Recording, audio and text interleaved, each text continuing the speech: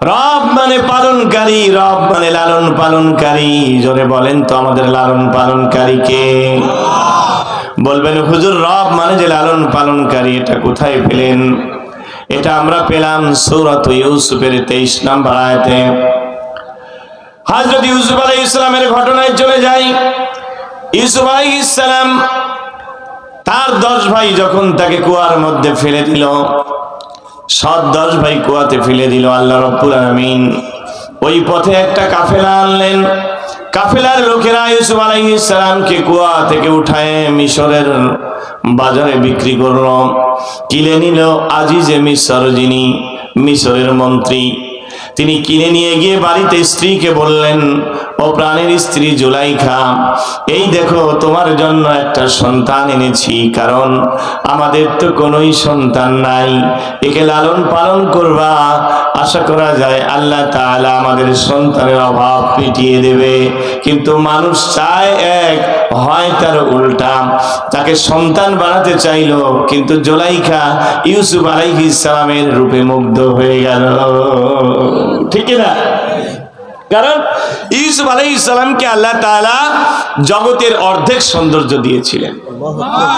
আমার নবীজি বলেছেন যে আমার ভাই ইউসুফকে আল্লাহ জগতের অর্ধেক সৌন্দর্য দান করেছিল। আচ্ছা, তাহলে ইউসুফ আলাইহিস সালামকেই যদি অর্ধেক দেয়, বাকি অর্ধেকের ভিতরে তো অন্যরা নাকি? তাহলে আমার নবীজি কি ইউসুফ আলাইহিস সালামের চাইতে সুন্দর কম? এখানে একটা জিনিস আপনাদের বোঝার, আমাদের অনেকের বোঝার ভুল থাকতে পারে, সেটা হচ্ছে ইউসুফ আলাইহিস সালামকে আল্লাহ জগতের সৌন্দর্য দিয়ে সৃষ্টি করেছে, আর একটা বর্ণনায় বলা হয়েছে আল্লাহ জগৎটাকেই বানাইছে রাসূলের সৌন্দর্য দিয়ে। সুতরাং আমার নবীর সাথে কারোর তুলনা হতে পারে না। হযরত আয়েশা সিদ্দিকা রাদিয়াল্লাহু তাআলা আনহা বলেন, ইউসুফ আলাইহিস সালামের চেহারা দেখে ওই যুগের কিছু নারী তাদের আঙ্গুল কেটে ফেলেছিল। তারা যদি আমার স্বামীর চেহারা দেখতো, আঙ্গুল না কলিজা কেটে ফেলতো। কারণ সাহাবীরা নবীজির চেহারায়, নবীজির কথায়, নবীজির প্রেমে তারা এক একটা উহুদের ময়দানে নিজের বুকের মধ্যে তীর নিয়েছে, বর্ষা ধারণ করেছে, নিজের জীবন দিয়েছে আল্লাহর নবীর প্রেমের, আল্লাহর প্রেমে। আল্লাহু আকবার বলে। কিন্তু ইউসুফ আলাইহিস সালাম তিনিও ছিলেন খুবই সুন্দর, দুনিয়ার শ্রেষ্ঠ সৌন্দর্যের একজন ইউসুফ আলাইহিস সালাম। জুলাইখা তার রূপে মুগ্ধ হয়ে গেল। আল্লাহ তাআলা সে কথাটি বলছেন কোরআনে, راودته التي هو في بيتها عن نفسه وغلقت الأبواب وقالت هيت لك قال معاذ الله إنه ربي أحسن مثواي إنه لا يفلح الظالمون। আল্লাহ তাআলা বলেন, রাওয়াদাতহু আল্লাতী হুয়া ফী বাইতিহা আন নাফসি, যেই বাড়িতে ইউসুফ আলাইহিস সালাম ছিলেন সেই বাড়ির মহিলাই ইউসুফ আলাইহিস সালামকে ফুসলাতে শুরু করলো, তাকে নিজের দিকে আকৃষ্ট করতে লাগলো, কুমন্ত্রণা দিল। ওয়াগাল্লাকাতিল আবওয়াব, এবং সে এক এক করে দরজা বন্ধ করে দিল। একটা দুইটা নয়, 7টা দরজা বন্ধ করে দিল। 7টা দরজা বন্ধ করে দিয়ে বলল, হাই তালাক, ও ইউসুফ তুমি আমার দিকে আসো, আমার মনের আশা পূরণ করে দাও। কিন্তু ইউসুফ আলাইহিস সালাম ভয় করে কাকে? ক্বালা মাআযাল্লাহ, তিনি বললেন আমি আল্লাহর কাছে পানা চাই। ইন্নাহু রাব্বি, তিনি তো আমার রব। আহসানা মাসওয়ায়া, আমাকে তিনি কতই না উত্তম ভাবে লালন পালনের ব্যবস্থা করেছেন, লিভিং এর ব্যবস্থা করেছেন। ইন্নাহু লা ইফলিহুল যালিমুন, জালিম কোনদিন সফল হতে পারে না। আমি আল্লাহর সাথে জুলুম করতে পারবো না, আমি আমার মনিবের সাথে জুলুম করতে পারবো না, কারণ জালিম কোনোদিন সফল হয় না। ইন্নাহু রাব্বি, তিনি তো আমার রব, আমি তার সাথে কিভাবে নাফরমানি করি? সুবহানাল্লাহ বলেন। এখানে রব মানে কাকে বোঝানো হয়েছে, এই নিয়ে মুফাসসিরিনে কিরাম দুই রকম মত আছে। একটা মত হচ্ছে এখানে আল্লাহকে বোঝানো হয়েছে, যেহেতু আল্লাহ তাআলা তিনিই তো কুয়া থেকে উদ্ধার করে ইউসুফ আলাইহিস সালামকে মিশরের রাজদরবারে লালন পালনের ব্যবস্থা করেছিলেন, ঠিক কিনা? তবে আর একটা ব্যাখ্যা অনেকে বলেছেন না, এখানে আসলে রব্বি বলতে তিনি তার মনিবকেই তিনি মিন করেছেন, হুজমিরের মার্জা আজিজে মিশরের দিকে। সেটা হলেও কোনো অসুবিধা নাই, দুটোই হতে পারে, কারণ আজিজে মিশর বাহ্যিকভাবে দুনিয়াতে তাকে লালন পালনের ব্যবস্থা করেছিলেন। কথা বলেন ঠিক কিনা? তাহলে আমরা 1 নম্বরে পেয়ে গেলাম রব শব্দের অর্থ হচ্ছে লালন পালনকারী। রব মানে কি? জয় বলেন। রব শব্দের অর্থ 5টি। আবার আল্লাহ বলে, আল্লাহ রব মানে আল্লাহ না, রব মানে 5টি অর্থে ব্যবহৃত হয়। রব হচ্ছে আল্লাহ, কিন্তু রবের মানে 5টা। রবের মানে কয়টা? 1 নম্বর মানে লালন পালনকারী। আল্লাহকে রব মানতে হবে, তাহলে আল্লাহকে লালন পালনকারী মানতে হবে। জোরে বলেন তো, আমাদেরকে লালন পালনকারী কে? জোরে বলেন। এই যে আকাশ, বাতাস, বায়ু, সাগর, এগুলো দিয়েছেন কে? আল্লাহ দিয়েছেন। বাতাসের মধ্যে অক্সিজেন দিয়েছেন আল্লাহ। ওই অক্সিজেন না থাকলে পরে আমরা কিন্তু বাঁচতাম না, ঠিক না? ইতালিতে একজন করোনার সময় এক মহিলা হাসপাতালে ছিল। একটু মাঝে মাঝে চা দিবেন, আর ওই চায়ে পাতি কম দিতে বলবেন, চিনিও কম পাতিও কম। ইতালিতে করোনার সময় একজন মহিলা হাসপাতালে ছিল। তো যখন তাকে অক্সিজেন দেওয়া লাগছে, রোগ যখন ভালো হয়ে গেছে, তখন হাসপাতালের কর্তৃপক্ষ একটা বিল এনে তার সামনে হাজির করেছে। তিনি বিল দেখেই কান্না শুরু করে দিয়েছে। এখন হাসপাতালের কর্তৃপক্ষ বলছে যে নিঃসন্দেহে অনেক টাকা বিল আসছে, এই জন্য ভয়ে আপনি কাঁদতেছেন, টাকা নাই মনে হয়। ঠিক আছে, কাঁদবেন না, আমরা হাসপাতাল কর্তৃপক্ষ আপনাকে কিছু রিডাকশন করে দেব, কিছু কমিয়ে দিয়ে দেব, কিছু রিডিউস করে দেব। উনি বলছে না, তোমরা যা মনে করেছো তা না, আমি কাঁদতেছি অন্য কারণে। আমি ভাবছি এই একটা সপ্তাহ মাত্র আমাকে কৃত্রিম ভাবে অক্সিজেন দিতে হয়েছে, তার বিল এত টাকা হয়ে গেছে। আল্লাহ তাআলা জন্মের পর থেকে এ পর্যন্ত আমাকে কত অক্সিজেন দিলেন, কিয়ামতের ময়দানে আল্লাহ যদি আমাকে একটা বিল ধরিয়ে দেয়, তাহলে কেমনে তার জবাব দেব? আল্লাহু আকবার বলে জবাব দিতে পারবো আমরা? ফাবি আইয়ি আলাই রাব্বিকুমা তুকাজ্জিবান, তোমার রবের কোন কোন নিয়ামতকে তুমি অস্বীকার করবা? কোন নিয়ামতকে অস্বীকার করতে পারবা না। তবে রবকে যদি রব মেনে নাও, আল্লাহ সব মাফ করে উল্টা তোমাকে আরো জান্নাত দিয়ে দেবে।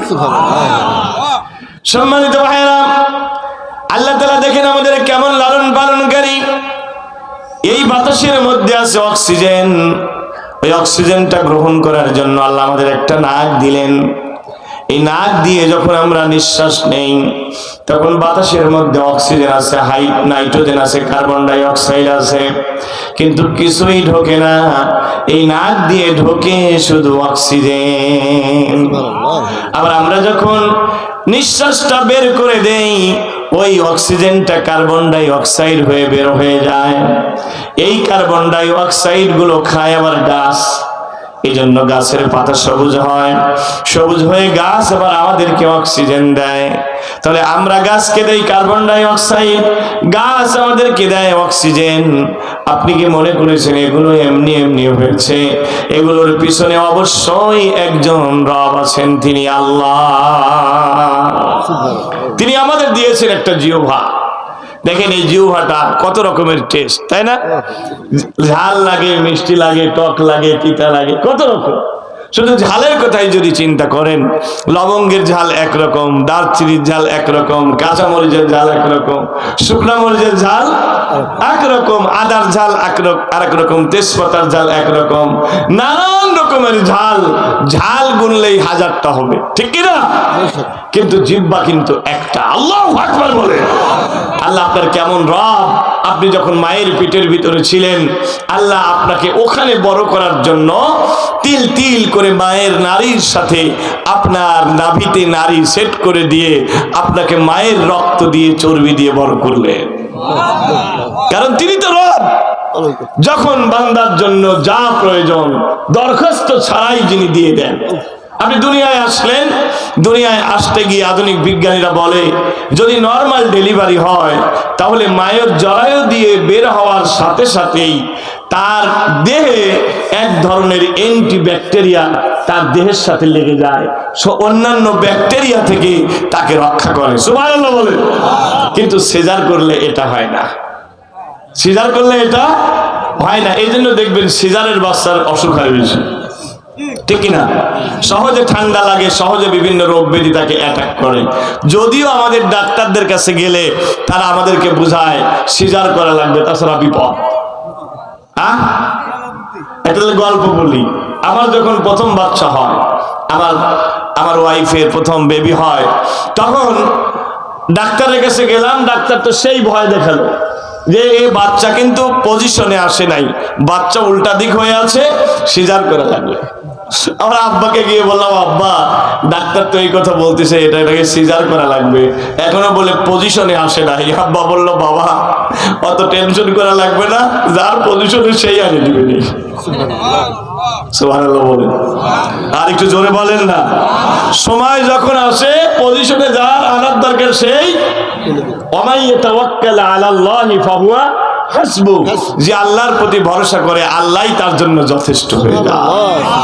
আল্লাহ রাসূল বলেন হাদিসে কুদসিতে, আল্লাহ বলেন আনা ইনদা যান্নি আবদি বি, আমি আমার বান্দার সাথে ওই আচরণই করি যেমন ধারণা বান্দা আমার প্রতি করে।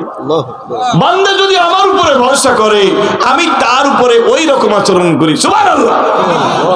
সত্যি সত্যি দেখা গেল আমার বাচ্চা হয়ে গেল নরমাল ডেলিভারি, এক এক করে 4টা সন্তান হলো নরমাল। এখন 4-5 বছর গ্যাপ দিয়ে এবার আবার আরেকটা বাচ্চা নিচ্ছিলাম আল্লাহর রহমতে। তো এবার আবার ডাক্তারের কাছে গেছি, নানান ওই আগের মতোই নানান ভয় দেখাচ্ছে।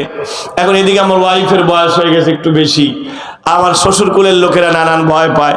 আর যদি আমি সিজার না করি বলবো নি কিপটা, আমার সে মেয়ের প্রতি কোনো দরদি নাই। কথা বলেন ঠিক কিনা? এই জন্য এবার সিজার করছি, এই বাচ্চার অসুখই ফুরাচ্ছে না। এত খামাখানা বাবারে চাপেই করছি। তো যাই হোক, আমি যেটা বলতে চাচ্ছিলাম, আমাদের রবকে যখন বান্দার জন্য যা প্রয়োজন বিনা দরখাস্তে যিনি দেন তার নাম রব। সুবহানাল্লাহ বলেন। ভাইরা আমার, আপনি আর একটু দুনিয়ায় আসলেন, আল্লাহ তাআলা আপনার জন্য মায়ের বুকের দুধ রিজার্ভ করে দিলেন। সুবহানাল্লাহ বলেন। অবিবাহিত একজন নারী, তার কিন্তু কখনোই স্তন থেকে দুধ হয় না, কিন্তু যেই মাত্র পেটের মধ্যে সন্তান আসে তিল তিল করে আমার আপনার আল্লাহ দুধ রিজার্ভ করে দেন। সুবহানাল্লাহ। আমার আল্লাহ রাব্বুল আলামিন এমন রব, মায়ের স্তনের মধ্যে একটা বড় ছিদ্র যদি দিতেন, বোটার মধ্যে একটা বড় ছিদ্র যদি দিতেন, তাহলে মা আমার আপনাকে যখন দুধ খাওয়াতো তীর তীর করে দুধগুলো বের হয়ে যেত, আপনার মুখটা আটকে যেত। আল্লাহ তাআলা এমন রব, এমন মেহেরবান, মায়ের স্তনে একটা বড় ছিদ্র দিলেন না, ছোট ছোট 32টা ছিদ্র দিলেন। আপনি চোষক দিলেন, আস্তে করে দুধগুলো ভিতরে চলে গেল, কারণ তিনি তো আমার রব। একটু জিকির করেন ওই রবের, একটু জোরে বলেন লা ইলাহা ইল্লাল্লাহ, লা ইলাহা ইল্লাল্লাহ, লা ইলাহা। আর একটু জোরে বলেন লা ইলাহা ইল্লাল্লাহ, লা ইলাহা ইল্লাল্লাহ, লা ইলাহা। সুবহানাল্লাহ আলহামদুলিল্লাহ, লা ইলাহা ইল্লাল্লাহ, লা ইলাহা ইল্লাল্লাহ, মুহাম্মাদুর রাসূলুল্লাহ। চিনি কেন এত মিষ্টি, তেঁতুল কেন টক, দুধ কেন এত সাদা, সাদা কেন বক, কাক কেন এত কালো, কাক কেন এত কালো, তেঁতুল কেন টক, চিনি কেন এত মিষ্টি, সাদা কেন বক। ডিমগুলো সব একই রকম, পার্থক্য নাই মোটে, সাদা কালো বাচ্চাগুলো কেমন করে ফোটে, কে ফুটায় দেয় জোরে বলেন তো কে দেন? আল্লাহ সবাইকে লালন পালনের ব্যবস্থা করেছেন। তাহলে রব শব্দের 1 নম্বর মানে হচ্ছে রব মানে লালন পালনকারী। আমরা কখনোই এই কথা বলবো না যে আমাদেরকে খাওয়ায় এই গরুটা 20 কেজি দুধ দেয় বলেই এবার বাসি গেলাম, এরকম লোক বলার লোক আছে না নাই? এই জমিতে ইরি ধান লাগাইছিলাম তাই এবার 4 ভাত খায় গেলাম। এই জমিতে যদি ইরি ধান না লাগাতাম তাহলে এবার মরে শেষ। বলে কিনা? এই চাকরিটা যদি না থাকতো তাহলে আমার আর এবার ভাত খাওয়া লাগতো না। তাহলে মনে হয় চাকরি, ইরিধান, গরু এগুলো যেন খাওয়ায়, আমরা আল্লাহর সাথে শিরক করি। আমাদের সব সময় মনে রাখতে হবে আমাদের যা কিছু প্রয়োজন তিনি দেন, তিনি হচ্ছেন আমাদের রব, তিনি আমাদের আল্লাহ। জোরে বলেন সুবহানাল্লাহ। সম্মানিত ভাইরা, রব শব্দের 2 নম্বর মানে রব মানে দেখাশোনাকারী। রব মানে তত্ত্বাবধানকারী, যিনি আমাদেরকে দেখাশোনা করেন, যিনি আমাদেরকে তত্ত্বাবধান করেন তিনি কে? এজন্য দেখবেন ছোট্ট বাচ্চাকে আপনি আপনার চোখের উপরে রেখে চলে যান, মা বোনেরা শোনেন, চোখের উপরে চলে যান। ছোট্ট বাচ্চা তো অনেকবার পড়ে যাওয়ার কথা, পড়ে কিন্তু অতটা যায় না, কারণ ফেরেশতারা তাকে রক্ষা করে। সুবহানাল্লাহ। আবার যদিও বা পড়ে যায়, দেখেন আঘাত লেগেছে কিন্তু চোখে লাগে নাই, চোখটা বেঁচে গেছে। কথা বলেন? আমরা বলি একটুর জন্য চোখটা বেঁচে গেল, আসলে রক্ষা যিনি করেছেন তিনি তো আপনার রব। হযরত ইব্রাহিম আলাইহিস সালাম তাকে যখন তার জাতির লোকেরা বলল, ও ইব্রাহিম, এইটার নাম হচ্ছে কালী, এ তোমাকে রক্ষা করে, এইটার নাম সরস্বতী, এ তোমাকে বিদ্যা দেয়, এইটার নাম হচ্ছে লক্ষ্মী, এ তোমাকে খাদ্য দেয়। ইব্রাহিম আলাইহিস সালাম বললেন, ইন্নাহুম আদুউন লি ইল্লা রাব্বাল আলামিন। আল্লাহু আকবার, জোরে বলেন, 2 হাত তুলে বলেন আল্লাহু আকবার। ইব্রাহিম আলাইহিস সালাম বললেন, ইন্নাহুম আদুউন লি, এ কালী লক্ষ্মী টক্কি যা বলতিছো, এরা আমার রব তো দূরের কথা, এরা আমার শত্রু, কারণ এরা আমাকে আসল রব চিনতে বাধা দেয়। ইল্লা রাব্বাল আলামিন, আমার রব তো তিনি যিনি জগৎ সমূহের দেখাশোনা করে। সুবহানাল্লাহ। আল্লাযী খালাকানি, সূরা শুআরা 77 নম্বর আয়াত, সূরাতুশ শুআরা 77 নম্বর আয়াত। এটা তিনি বলছেন, আল্লাযী খালাকানি, আমার রব তিনি যিনি আমাকে সৃষ্টি করেছেন। সৃষ্টি করেছেন কে? ফাহুয়া ইয়াহদিন, তিনি আমাকে শুধু সৃষ্টি করেন নাই, সৃষ্টি করে আমাকে চলার পথটাও দেখিয়ে দিয়েছেন।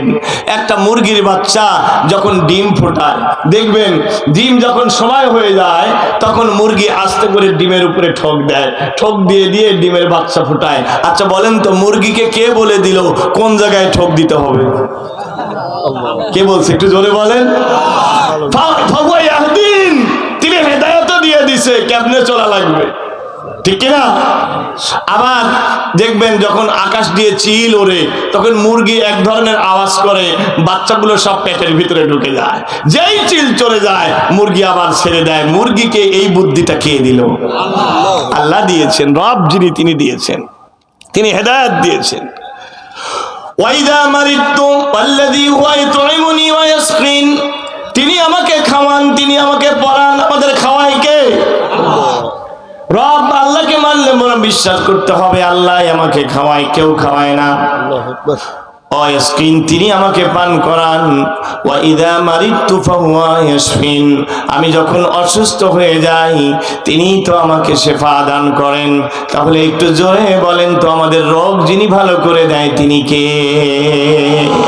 না ডাক্তার? হ্যাঁ, কবিরাজ?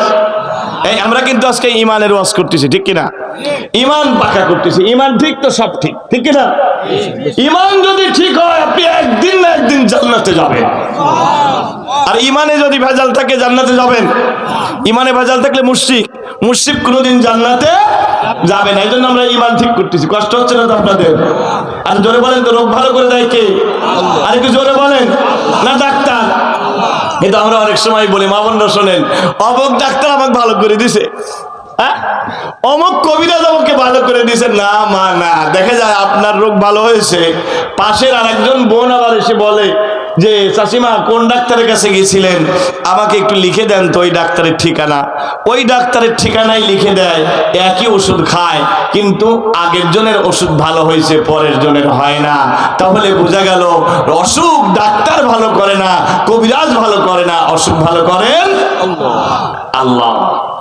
এজন্য আমার নবীজি তিনি যখন কোন রোগীর কাছে যেতেন, তিনি বলতেন আযহিবিল বাসা রাব্বান নাসি ওয়াশফি আনতাশ শাফি লা শিফা ইল্লা শিফাউকা শিফাআন লা ইউগাদিরু সাকামা। আমার নবীজি তিনি রোগীর মাথায় হাত দিয়ে বলতেন আযহিবিল বাসা, হে মানুষের রব তুমি রোগগুলো ভালো করে দাও। ওয়াশফি আনতাশ শাফি, তুমি শিফা দান করো, তুমি ছাড়া কেউ শিফা দিতে পারে না। শিফাআন লা ইউগাদিরু সাকামা, তুমি এমন ভাবে রোগ ভালো করে দাও যেন আর কোনো রোগ না থাকে। এই কোরআনের একটা নাম হচ্ছে শিফা। সুবহানাল্লাহ বলেন, আর একটু জোরে বলেন না, না বাড়ির যায় বলেন, তুই জোরে বলেন না সুবহানাল্লাহ। এই কোরআনের একটা নাম কি? শিফা। শিফা মানে হচ্ছে রোগের ঔষধ। এখন বলবেন হুজুর কোরআন পড়লে কি কি রোগ ভালো হয়? আমি বলি কোরআন পড়লে সব রোগ ভালো হয়, এমনকি সাপে কাটা রোগীর বিষ পানি হয়ে যায়। আল্লাহু আকবার, জোরে বলেন। এবার বলবেন হুজুর দলিল কোথায়? দলিল হচ্ছে একটা হাদিস, মুসলিম শরীফের একটা হাদিস শোনাই আপনাদের, ভালো লাগবে। আল্লাহ হযরত আবু সাঈদ খুদরি রাদিয়াল্লাহু তাআলা আনহু থেকে বর্ণিত, তিনি বলেন একবার আমরা একটা সফরে ছিলাম, হঠাৎ ওই সফরে আমাদের খাবারগুলো ফুরিয়ে গেল। আমাদের খাবার যখন ফুরিয়ে গেল, এক গোত্রের কাছ দিয়ে আমরা যাচ্ছিলাম, আমরা তাদেরকে বললাম ভাই তোমাদের কি কোনো মেহমান লাগবে? তারা বলল আমাদের কোনো মেহমানের দরকার নাই। এমন সময় ওই গোত্রের নেতাকে সাপে কাটলো। ওরা বলল আমাদের কাছে এসে, ভাই তোমাদের কাছে কোনো কবিরাজ টবিরাজ আছে নাকি? আমাদের গোত্রের নেতাকে সাপে কাটছে। তো আমরা বললাম ভাই আমরা কোনো কবিরাজি জানি না, কিন্তু আমাদের মধ্যে একজন বন্ধু সে বলল আমি একটু কবিরাজি জানি। সুবহানাল্লাহ বলেন। তিনি কি যেন পরে ঝাড়া দিলেন, সাপে কাটা রোগী ভালো হয়ে লাফ দিয়ে দাঁড়িয়ে গেল। এবার ওরা খুশি হয়ে 30টা ছাগল দিয়ে দিল। কয়টা? সালাসুনা গানামান, 30টা ছাগল দিল। সাহাবীরা বললেন ঝাড়ফুঁক করে ছাগল দিয়েছে, নবীজির কাছে না শুনে এই ছাগল আমরা খাইতে পারি না। নবীজির কাছে চলে গেলেন সফর শেষে, আল্লাহর নবীকে বললেন ইয়া রাসূলুল্লাহ ইয়া হাবিবাল্লাহ, ঝাড়ফুঁক দেওয়ার কারণে ওরা আমাদেরকে 30টা ছাগল দিয়েছিল, আপনি কি বলেন এই ছাগল খাওয়া আমাদের জন্য জায়েজ হবে কিনা? আল্লাহর নবী বললেন খুযুহু ওয়াদরিবু বিসাহমিন, তোমরাও খাও আর আমার জন্য এক ভাগ রেখে দাও। তোমরাও খাও আমার জন্য এক ভাগ রাখো, কারণ তোমরা তো চেয়ে নাও না, আর চেয়ে না নিলে যতই দিক কোনো অসুবিধা নাই, তোমরাও খাও আমার জন্য রাখো। এখন রাসূলুল্লাহ সাহাবীকে জিজ্ঞেস করলো কানে কানে, এই সাহাবী কি পরে তুমি ঝাড়া দিছিলে আমাকে বলো তো? সাহাবী বলে ইয়া রাসূলুল্লাহ আপনিই তো বলেছিলেন সূরা ফাতিহা সর্বরোগের ঔষধ, আপনার কথা বিশ্বাস করে আমি ঝাড়া দিয়েছি আর সাপে কাটা রোগী লাফ দিয়ে দাঁড়ায় গেছে। রাসূল বললেন মা আদরাকা আন্নাহা রুকিয়া, সাহাবী কে তোমাকে বললো এই সূরার নাম হচ্ছে রুকিয়া, ঝাড়ফুঁকের সূরা। আল্লাহ তাআলা কোরআন শরীফের মধ্যে বলেন ওয়ানুনাজ্জিলু মিনাল কুরআনি মা হুয়া শিফাউ ওয়া রাহমাতুল লিল মুমিনিনা ওয়া লা ইয়াজিদুয যালিমিনা ইল্লা খাসারা।